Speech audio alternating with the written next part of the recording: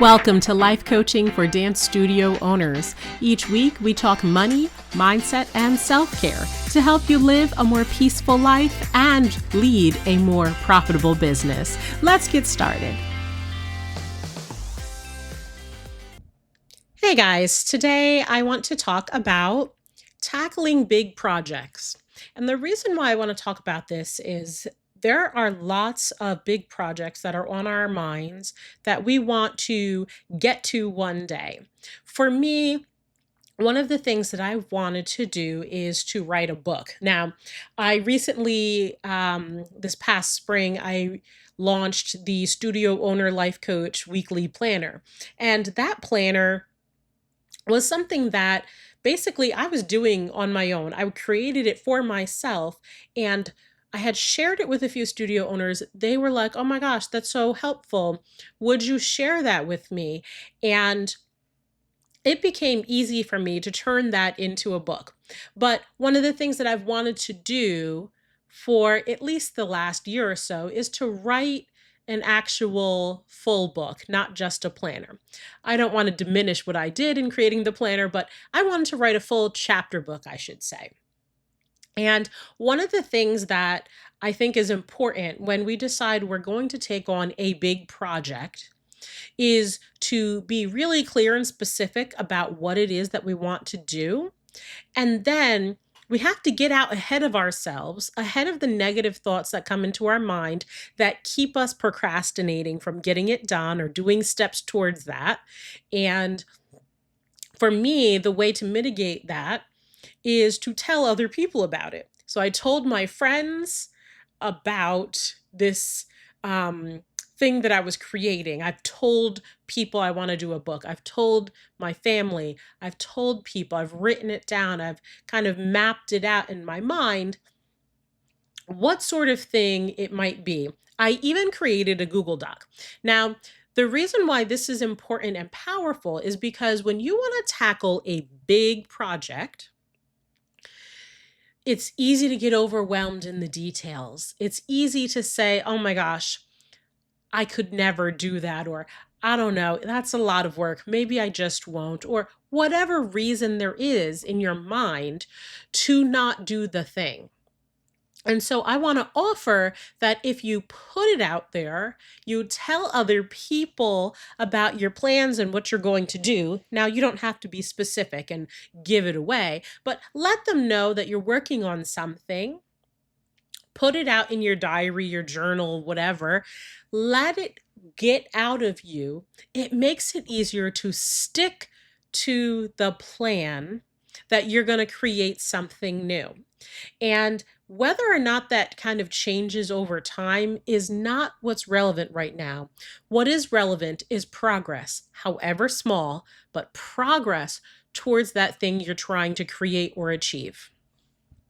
So, as I mentioned, I got it out there. I told people, friends and family about it, and I created a Google Doc with just a working title. Now, that Google Doc with a working title has sat there for about 11 months.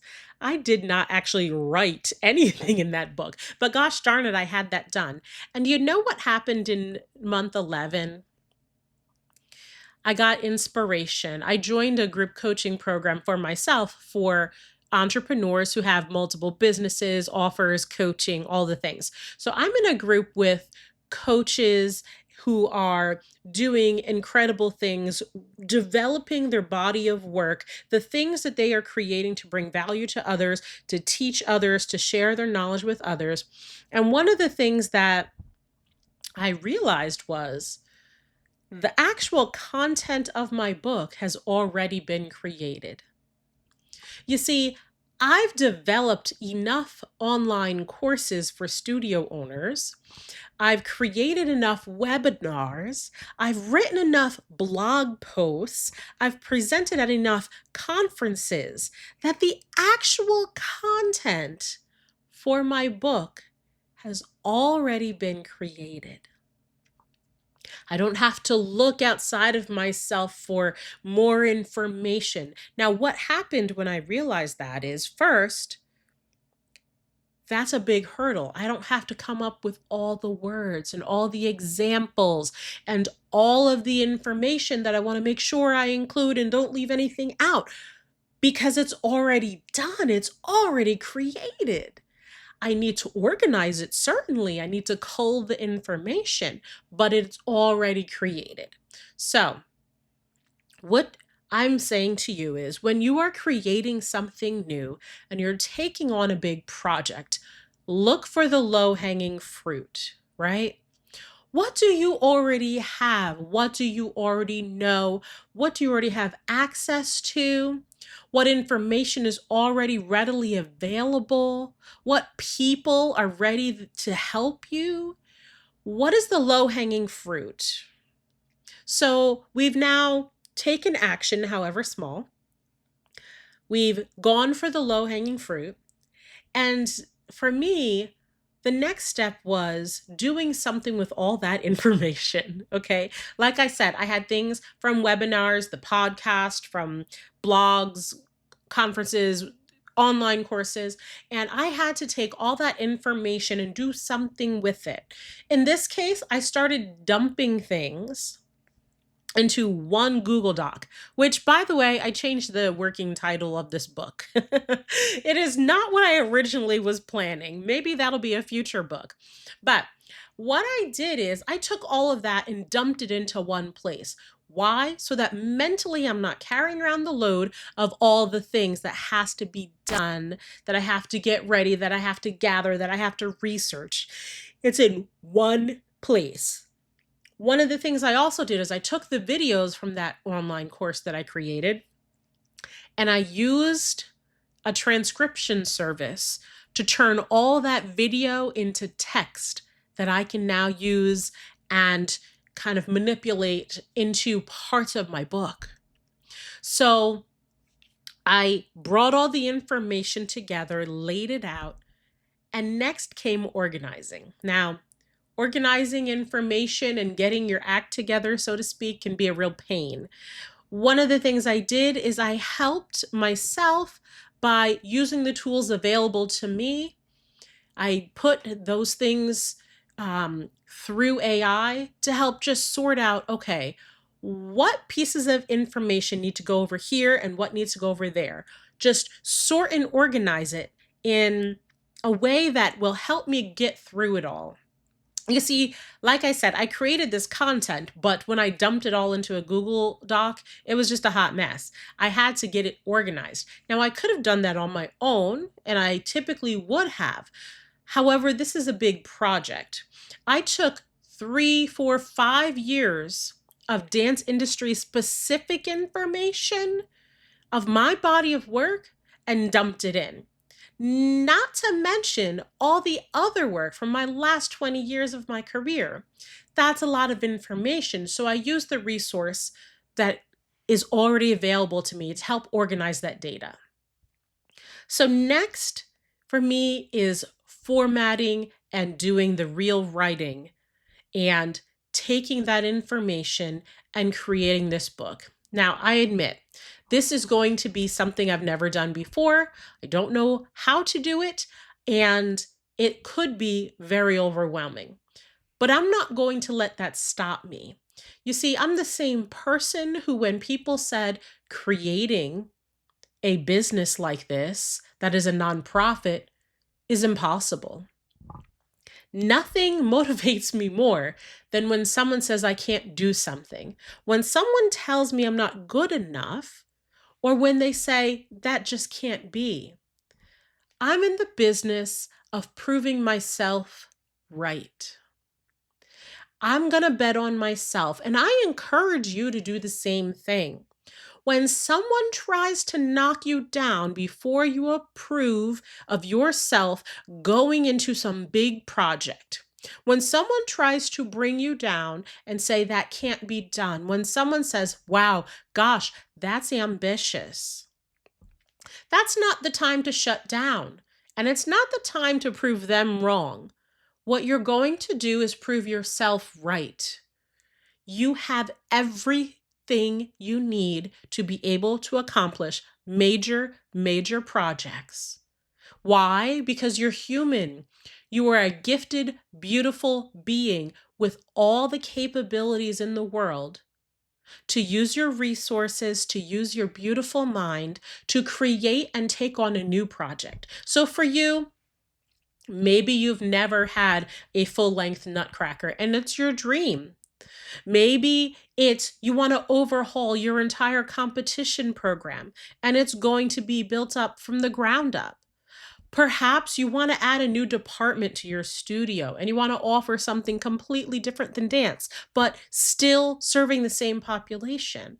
There are so many opportunities out there for you. It could be a book. Maybe it's starting a podcast or a YouTube channel. Take the time to think about what motivates you. If there's something that for you, you know it motivates you, dig into that, figure it out, find ways to get yourself making progress. Now, I started this by saying progress, however small, is the key. And it's true. We've heard so many times that consistency is the key to success, not a sprint of go, go, go, go, go, work, work, work, work, work, hustle, hustle, hustle. That is not what's going to get us to the finish line. It's consistent progress, ongoing. You're always doing a little bit to get you there, and you'll get to the end result that you're looking for. And likely, it will turn out better than you could have ever imagined. So now back to this book. I need to work on formatting and breaking down my outline into chapters. This is a new adventure for me. I'm looking forward to it. And honestly, I don't even know how long it will take or how long it should take. What's the average for a new writer? I don't know. And I just want to take the time to acknowledge that for many of you, you're scared because you don't know what to do or how to do it. And I want to remind you, as a life coach, that you don't know how to do something until you do something. If you're an infant, you don't know how to walk until you walk. You don't know how to speak another language until you speak another language. It's the same thing with these projects, my friends.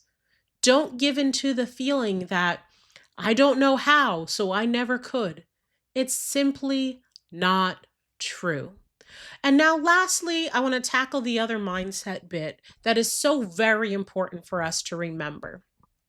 And that mindset bit is that you can still do things when you're scared.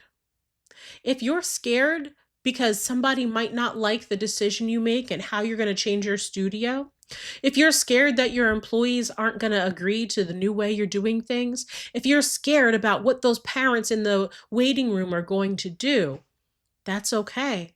That's human. And you can still do things when you're scared.